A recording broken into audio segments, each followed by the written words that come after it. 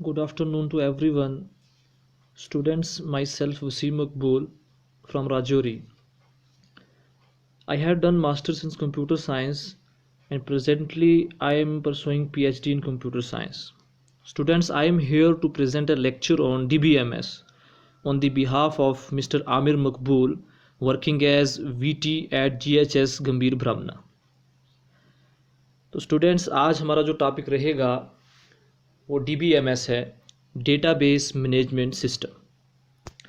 तो इसमें कंटेंट्स क्या रहने वाले हैं, इसमें हम सबसे पहले डेटा और इन्फॉर्मेशन के बारे में थोड़ा पढ़ेंगे, फिर डेटाबेस क्या होता है उसके बारे में पढ़ेंगे, फिर DBMS के ऊपर पढ़ेंगे, इसकी एडवांटेजेस क्या हैं, इसकी एग्जांपल्स क्या हैं और एप्लीकेशन ऑफ DBMS क्या है, ये आज हम पढ़ने वाले हैं।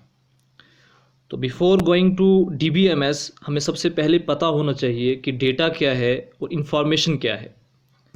सबसे पहले जो हम गलती करते हैं, हम डेटा को डेटा प्रोनाउंस ही सही तरीके से नहीं कर सकते। हम डेटा को डाटा पढ़ते हैं, हालांकि ये डाटा नहीं है, ये डेटा है। बीइंग ए स्टूडेंट आपको पता होना चाहिए, क्योंकि एवरी डे हम ये वर्ड यूज़ करते हैं, कंप्यूटर चलाते वक्त, मोबाइल चलाते वक्त ये वर्ड जो है हमारे ज़ुबान पर रहता है। तो हम आज के बाद इसे डेटा पढ़ेंगे, डाटा नहीं पढ़ेंगे। तो डेटा होता क्या है? Collection of raw facts and figures को डेटा कहा जाता है। जितनी भी चीज़ें हैं जिनकी कोई पर्पसफुल मीनिंग नहीं है, जो रॉ फैक्ट्स हैं, जो हमारे पर्पस को पूरा नहीं कर रहे हैं, वो सारी चीज़ें रॉ फैक्ट्स के अंदर जाती हैं। यानी अनप्रोसेस्ड डेटा, ये जो चीज़ें प्रोसेस्ड नहीं हैं, हमारा जो पर्पस है उस पर्पस को वो फिलअप नहीं कर रही हैं, तो उन सारी चीज़ों को डेटा कहा जाता है। और जो डेटा होता है उससे कंक्लूजन निकल भी सकती है और नहीं भी निकल सकती है।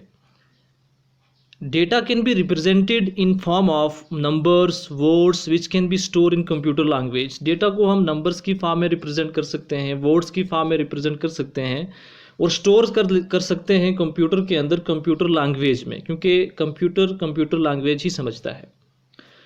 तो डेटा के बारे में आपको पता चल गया होगा कि सिंपली अब याद रखें, डेटा रॉ फैक्ट्स और फिगर्स को कहा जाता है, जिससे हमारा पर्पस जो है वो फिलअप नहीं होता है।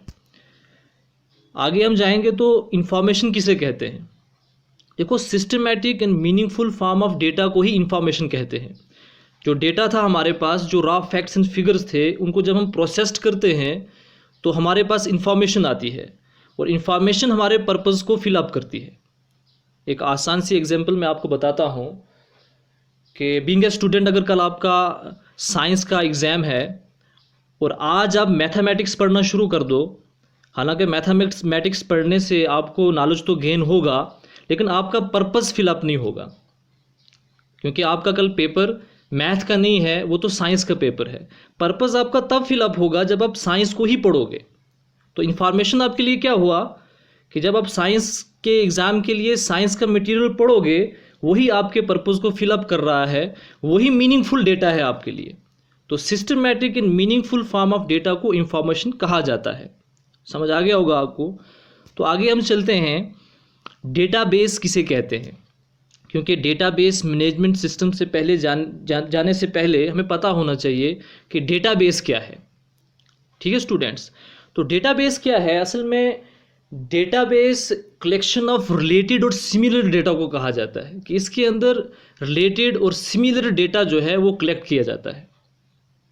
फॉर एग्जांपल, आपके स्कूल के अंदर अगर हम स्टूडेंट डेटाबेस बना रहे हैं तो हम स्टूडेंट्स का ही डेटा लेंगे, यानी आपका रोल नंबर लेंगे, आपकी एज लेंगे, आपका नाम, पेरेंटेज लेंगे।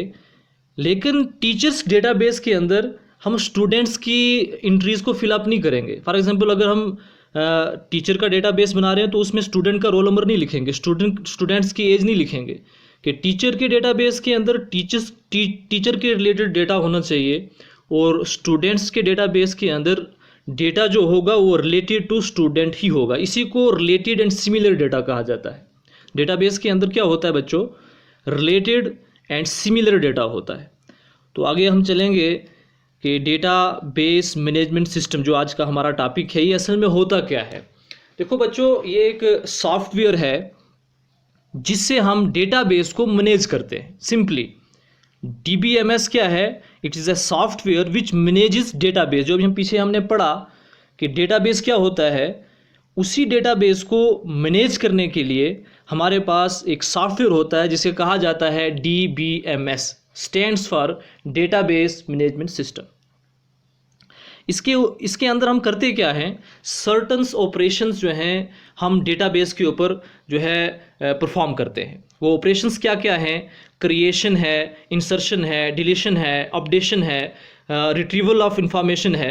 ये सारे ऑपरेशन जो हैं डेटाबेस के ऊपर किए जाते हैं DBMS में। आप समझ गए होंगे कौन कौन से ऑपरेशन परफॉर्म किए जाते हैं। हम इसमें डेटा क्रिएट कर सकते हैं, इंसर्ट कर सकते हैं, डिलीट कर सकते हैं, अपडेट कर सकते हैं, रिट्रीव कर सकते हैं। सबसे इम्पॉर्टेंट चीज़ कि इसमें डेटा रिट्रीव होता है। तो समझ गए होंगे DBMS क्या है? ये एक सॉफ्टवेयर है जिसकी मदद से हम डेटाबेस को मैनेज करते हैं। तो इसके एडवांटेजेस क्या रहने वाले हैं? क्योंकि DBMS जो है ये आए दिन एक इमर्जिंग टॉपिक है। आप आगे जहाँ भी जाएंगे आपको हर जगह DBMS की इम्पॉर्टेंस का पता चलेगा। हर जगह DBMS यूज्ड हो रहा है। और ये तो हमारी बीटेक के अंदर, अगर आप बीटेक कंप्यूटर साइंस कर रहे हैं तो ये तो एक सब्जेक्ट है उसके अंदर है। तो इसके एडवांटेजेस क्या हैं? क्यों हम DBMS को फाइल मैनेजमेंट सिस्टम के ऊपर जो है ज़्यादा ज़ोर दे रहे हैं? क्योंकि DBMS से पहले फाइल मैनेजमेंट सिस्टम हुआ करता था, यानी हम डेटा को फाइल्स के अंदर स्टोर किया करते थे, जो बहुत ही टफ था।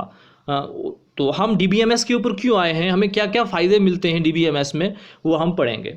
सबसे पहले जो फ़ायदा है, सबसे इम्पॉर्टेंट जो चीज़ है वो कंट्रोलिंग डेटा रिडंडेंसी है, कि इसके अंदर डेटा डुप्लीकेसी का नाम ही नहीं है। कि डेटा डुप्लीकेट 2 बार किसी का नाम आ जाए, डेटा डुप्लीकेट हो जाए, इसके चांसेस DBMS के अंदर बिल्कुल नहीं है। जैसे हम फाइल मैनेजमेंट सिस्टम के अंदर देखते थे, एक एग्जांपल ले लें, अगर स्कूल के डेटा बेस को हम मैन्युअली क्रिएट कर रहे हैं, एक फ़ाइल क्रिएट कर रहे हैं, तो उसमें बहुत बार होता था एक बच्चे के 2-3 बार नाम आ जाते थे, एक बच्चे के 2-3 बार रोल नंबर आ जाते थे, तो डेटा डुप्लीकेट हो जाता था। लेकिन DBMS के अंदर ऐसा नहीं है। हर बच्चे को जो है यूनिकली आइडेंटिफाई किया जाता है। हर बच्चे की जो आइडेंटिटी है वो यूनिक होती है, और इसमें डेटा डुप्लीकेसी ये नहीं हो सकती है। तो पहली एडवांटेज क्या है कि डेटा डुप्लीकेसी के कोई चांसेस इसके अंदर नहीं रहते हैं। दूसरी इसकी एडवांटेज ये है कि डेटा कंसिस्टेंसी है इसके अंदर। कि फॉर एग्ज़ाम्पल अगर एक स्टूडेंट राजौरी के अंदर है और उसकी लोकेशन चेंज हो जाती है, वो जम्मू के अंदर पढ़ना शुरू कर देता है, तो उसकी लोकेशन जो है वो अपडेटेड फॉर्म में जो है अवेलेबल हो जाएगी हर यूज़र के लिए, कि ये बंदा जो है पहले राजौरी में था, अब जम्मू में चला गया। तो ये कंसिस्टेंसी ऐसी चीज़ है कि डेटा जो है कंसिस्टेंटली अपडेटेड होता रहता है। कंट्रोल ओवर कंकरेंसी, ये भी एक एडवांटेज है। इसमें मल्टीपल यूज़र होते हैं, तो उन मल्टीपल यूज़र को कंट्रोल करना, कि ओवरराइड वैल्यूज़ जो हैं रिकॉर्डेड बाय अदर्स, कि इस सारी चीज़ों को जो है कंट्रोल किया जाता है DBMS के अंदर। और इसके अंदर जो एक एडवांटेज रहती है, important advantage, backup and recovery procedures की। देखो, जैसे कि हम जानते हैं फाइल मैनेजमेंट सिस्टम में बैकअप और रिकवरी बहुत ही टफ होता था, क्योंकि जब थाउजेंड्स ऑफ डेटा को डेटाबेस के अंदर डालना होता है, क्योंकि फाइल मैनेजमेंट सिस्टम जो है वो छोटे से डेटा को ही ले सकता है, ज़्यादा नहीं उसके ऊपर हम थाउजेंड्स ऑफ स्टूडेंट्स के डेटा को इंसर्ट नहीं कर सकते हैं। तो बैकअप और रिकवरी प्रोसीजर उसमें बहुत टफ रहता था। लेकिन DBMS यूज़ करते हुए हमें ये एडवांटेज है कि हम बैकअप भी कर सकते हैं और डेटा को रिकवर भी कर सकते हैं। डेटा इंडिपेंडेंसी इसके अंदर हमें मिलती है, क्योंकि यूज़र को पता नहीं है कि उसका डेटा कहाँ सेफ है। जैसे कि हम फेसबुक चलाते हैं, हमें पता नहीं है कि हमारा डेटा वो कहाँ सेव हो रहा है, वो UK के अंदर सेव हो रहा है, USA के अंदर सेव हो रहा है, कैलिफोर्निया के अंदर सेव हो रहा है, हमें अपने फाइल्स की लोकेशन का पता ही नहीं है। तो डेटा जो है इसमें एक दूसरे से इंडिपेंडेंट होता है। तो ये इसकी एडवांटेजेस हैं। हालांकि तो बहुत सारी एडवांटेजेस हैं, लेकिन ये मेन इसकी एडवांटेजेस है। इसकी एग्जांपल्स के ऊपर हम जाएंगे तो DBMS जो है इसकी एग्जांपल्स में ओरेकल आता है। ओरेकल के बहुत सारे वर्जन्स आते हैं। ओरेकल हो गया, उसके बाद माइक्रोसॉफ्ट SQL आ गया, MS SS आ गया। ये सारी इसकी एग्जांपल्स हैं DBMS की। तो आगे हम चलेंगे, प्रोसीड करेंगे, तो हमारे पास एप्लीकेशन ऑफ DBMS आएगा कि कहाँ कहाँ DBMS यूज़ हो रहा है। तो आज तो हर जगह पर जो है DBMS की ज़रूरत पड़ रही है। For example airlines in Railways के अंदर डेटाबेस मैनेजमेंट सिस्टम यूज़ हो रहा है। जैसे रेलवेज़ के अंदर आपने एक सॉफ्टवेयर सुना होगा IRCTC, जो रेलवेज़ के ऊपर ही काम करता है। उसके अंदर आपको ट्रेन्स के बारे में ही इंफॉर्मेशन मिलेगी, रिलेटेड और सिमिलर डेटा मिलेगा किसके बारे में, रेलवेज़ के बारे में। और रेलवे की जब आप सॉफ्टवेयर चला रहे होंगे आपको बैंकिंग का उसमें कुछ नहीं मिलेगा, एजुकेशन का कुछ नहीं मिलेगा, टेलीकम्युनिकेशन का कुछ नहीं मिलेगा, यानी रिलेटेड टू दैट फील्ड आपको डेटा मिलेगा। बैंकिंग के अंदर भी जो है DBMS यूज़ हो रहा है।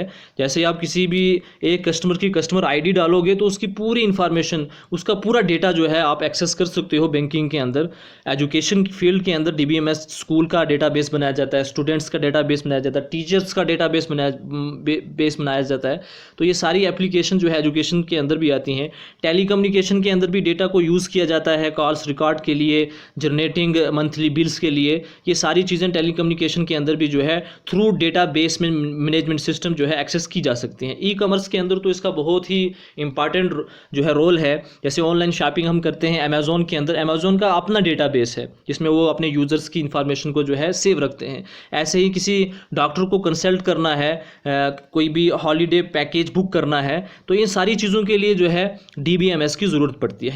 ह्यूमन रिसोर्सेज जो हैं उस चीज़ के लिए भी, जैसे भी हमारे ह्यूमन रिसोर्सेज, फॉर एग्जांपल हम किसी ऑर्गेनाइजेशन के अंदर काम करते हैं तो एम्प्लॉइज़ की एम्प्लॉय ID क्या है, उसकी सैलरी क्या है, उसके बेनिफिट्स क्या हैं, यानी with related to that employ जितनी भी चीज़ें हैं वो DBMS के अंदर सेव की जाती हैं। तो ये था आज का हमारा टॉपिक।